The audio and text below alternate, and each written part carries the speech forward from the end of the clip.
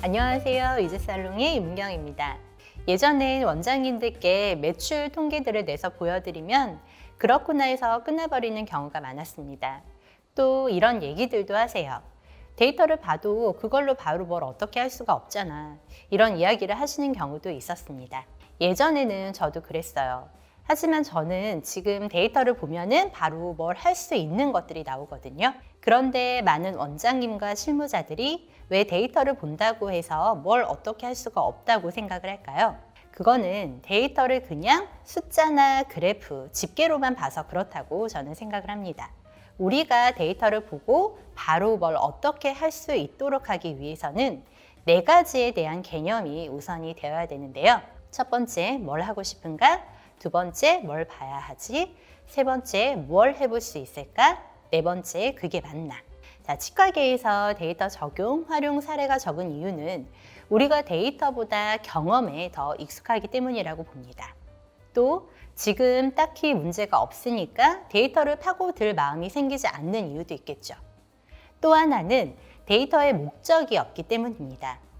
데이터로 우리가 뭘 하고 싶은가가 우선이 돼야 되는데요. 우리가 데이터를 왜 수집하고 통계 내고 분석할까요?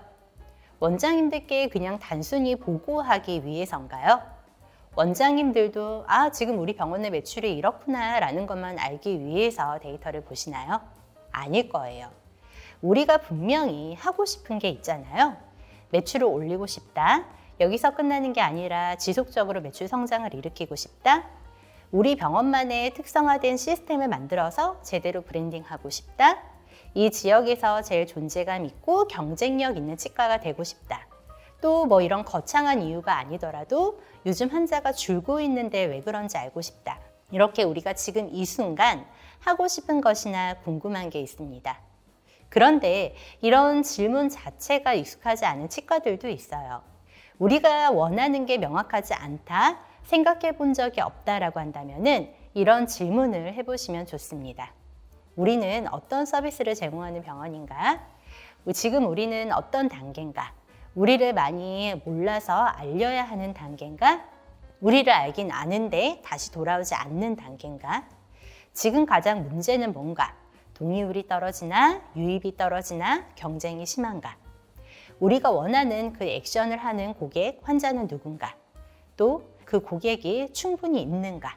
이런 질문을 스스로에게 해보면은 우리가 뭘 지금 하고 싶은지 답이 나올 겁니다. 뭔가 하고 싶은 게 생겼어요. 그러면 다음 질문이 떠오르죠. 그러면 뭘 봐야 되지? 어떤 데이터를 보면 알 수 있을까? 바로 데이터의 집계와 분석에 해당되는 단계겠죠. 우리 앞에는 크게든 작게든 데이터들이 있습니다. 숫자나 문자, 기호들이 다 흩어져 있는 단계예요. 이거를 구슬이라고 생각할게요. 이 구슬들을 우리가 잘 엮어서 목걸이로도 만들고 팔찌로도 만들어야 돼요. 이때 우리의 안목이 좀 필요합니다. 우리가 원하는 것에 대한 데이터를 볼 때 어떤 데이터를 봐야 되는지, 또 지금 내 앞에 있는 데이터들을 어떻게 쪼개고 어떻게 합치느냐에 따라서 우리가 볼 수 있는 시야가 많이 달라져요. 이거를 우리는 계속 연습을 해야 되는데요. 예를 들어 볼게요. 만약 우리가 지속적인 매출 성장을 일으키고 싶다면 매출의 추이만 봐서는 안 되겠죠. 환자의 유입률과 이탈률도 같이 봐야 됩니다. 유입률이 떨어지면은 어떤 연령과 어떤 내원 경로에서 떨어지는지, 또 주변 환경에 어떤 이슈가 있는지 등을 봐야 할 것이고, 이탈률을 보려면은 현재 치료 중단율이나 정기검진으로 재퇴원하는 환자들의 비율을 체크를 해봐야 됩니다. 이렇게 나에게 유의미한 데이터, 뭘 봐야 하지 하는 것들을 계속 생각하고 찾아보는 게 중요해요. 자, 데이터를 봤어요. 데이터 구슬을 이렇게도 끼워보고 저렇게도 끼워봐서 목걸이도 만들고 팔찌도 만들었어요. 그렇게 해서 우리 병원만의 어떠한 정보를 만들어냈습니다. 자, 그러면 이제 이 정보, 분석한 결과를 가지고 우리가 원하는 것을 위해 뭘 해볼 수 있을까 하는 질문이 나오겠죠. 이 다음 단계는 전략을 짜는 단계입니다. 지금 분석한 것과 우리의 경험과 노하우를 바탕으로 이렇게 하면 우리가 원하는 결과가 나올 것이다 라는 가설을 세우고 액션 플랜을 세워서 진행을 하는 거예요. 자, 그 다음에는 뭘 해야 될까요? 우리가 세운 가설의 결과가 어떤지 궁금하잖아요.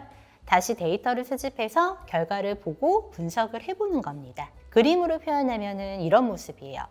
원하는 거, 목표를 설정해서 결과를 보고 원하는 결과를 도출할 수 있는 아이디어를 만들고 액션을 취해서 또다시 결과를 보고 평가해서 결과가 좋지 않다면 다시 아이디어를 만들고 이 반복적인 과정이 필요한 겁니다.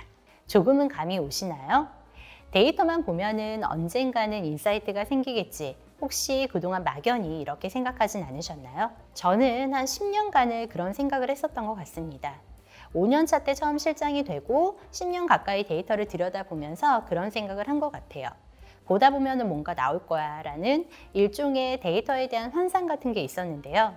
하지만 아무리 들여다봐도 안 생기더라고요. 자, 그런데도 우리는 늘 하던 대로 삽질만 하고 있었던 거 아닐까요? 아인슈타인이 다르기를 바라면서 항상 같은 일을 반복하는 것은 미친 짓이라고 했잖아요. 우리가 삽질을 하지 않으려면 데이터에 대해서 제대로 바라봐야 된다고 생각합니다. 데이터가 많아질수록 역설적으로 데이터는 중요하지 않습니다. 뭘 봐야 할지에 대한 분석에 대한 목적, 어떻게 봐야 하는지에 대한 분석에 대한 관점, 어떻게 분석할지에 대한 체계적인 프레임이 필요합니다. 목적은 수시로 변할 것이고 관점은 경험과 노하우가 쌓이며 만들어질 것이라고 생각합니다. 문제는 분석에 대한 프레임인데요. 다음 화에서는 데이터의 의미를 해석할 수 있는 우리만의 프레임을 하나씩 제시해 볼까 합니다. 자, 지루할 수 있는 데이터 이야기 어떻게 이번에는 즐겁게 들으셨나요? 자, 몽 실장과 함께하는 데이터로 데이트하는 이야기 다음 화도 기대해 주세요. 감사합니다.